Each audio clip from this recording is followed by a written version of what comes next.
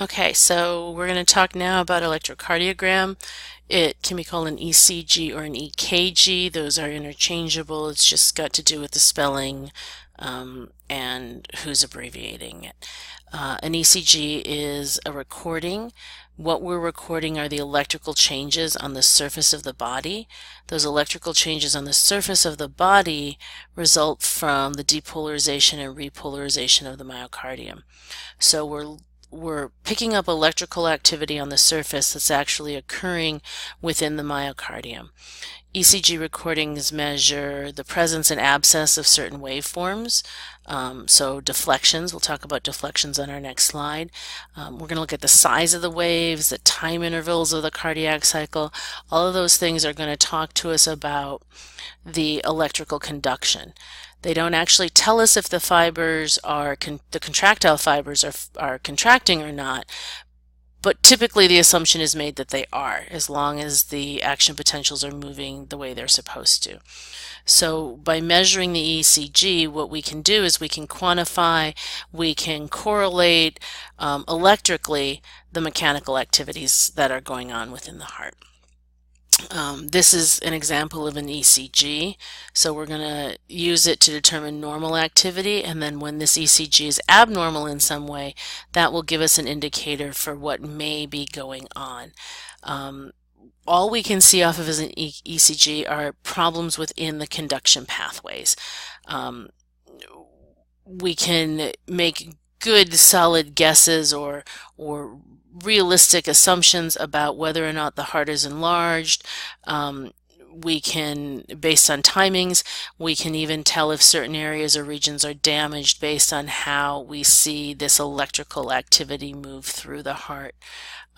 So the blue is going to be an indicator over here. This is going to be where atrial contraction occurs. This is going to be ventricular contraction. We have some basic things. It starts off with an upward deflection. That's called a P wave. The distance between the start of the P wave and the start of the Q wave is called the PQ interval. We have a minor downward deflection, that is Q. We have an upward deflection, which is R, a rebound down into a negative position and deflection, which is S. That complex right there is called the QRS. From the end of the S to the beginning of the T is called the ST segment. We have an upward deflection here, that's called the T wave, and the other measurement we make is all the way from the beginning of the Q to the end of T, and that's called the QT interval. So again, at the P wave, that upward deflection, what we're seeing there is we're seeing atrial depolarization. We're seeing the depolarization of the cells in the atria. The PQ interval, I've lost my cursor again. The PQ interval is the time it takes for atrial kick to fill the ventricles. This is really what we're looking at PQ interval. What we're really looking at is the conduction time from the start of atrial excitation to ventricular excitation. That's what that interval means for us. The QRS wave is the ventricular depolarization. At the same time those ventricles are depolarizing, the atria are repolarizing. So that is what QRS represents for us. ST segment is the time that it's going to take to empty the ventricles before they're able to repolarize, and that is the T wave. The T wave is the actual ventricular repolarization. So let's pull that all together. Okay, so what we've got here is we've got the upward swing, the action potential at the SA node. That's going to start the depolarization of the atrial contractile fibers. That's going to produce our P wave.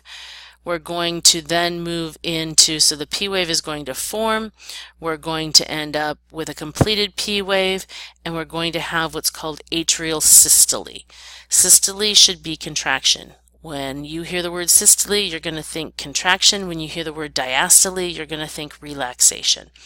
So atrial systole or atrial contraction is going to occur after those fibers have depolarized.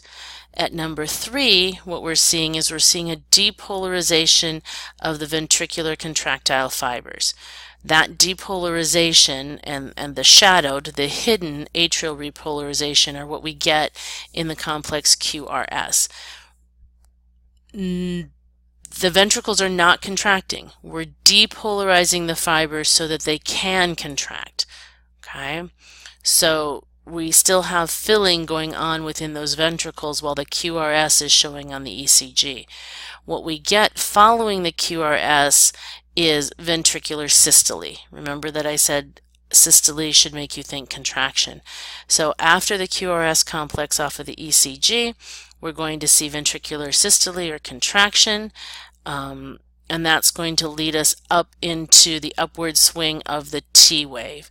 The T wave is going to represent repolarization of the ventricular contractile fibers, and following that T wave, what we're going to see is what's called ventricular diastole, or relaxation of those ventricular fibers. You want to understand this entire slide.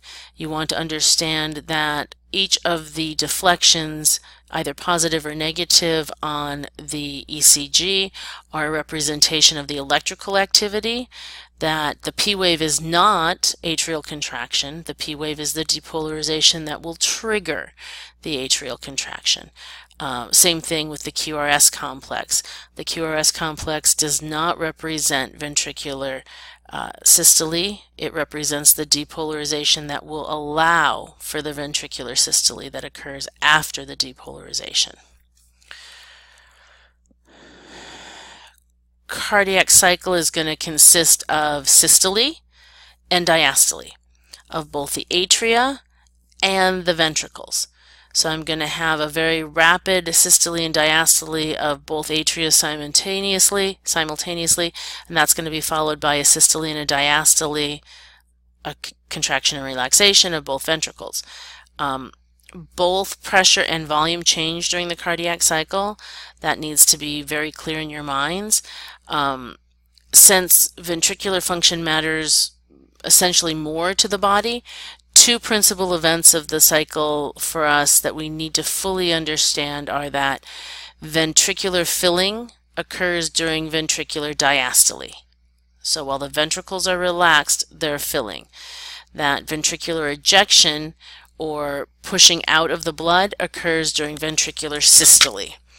The blood pressure we measure in the arm is a reflection of the pressure developed by the left ventricle before and after the left ventricular systole. If we're doing, say, a pulmonary blood pressure, it is a result of the right ventricular function. It's not as easily measured. It's not typically measured unless you're hospitalized.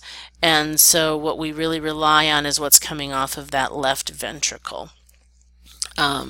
Let's take a break there, and we will pick up with diastole, systole, stroke volume, and then a summation slide for cardiac cycle and valve functions or operations.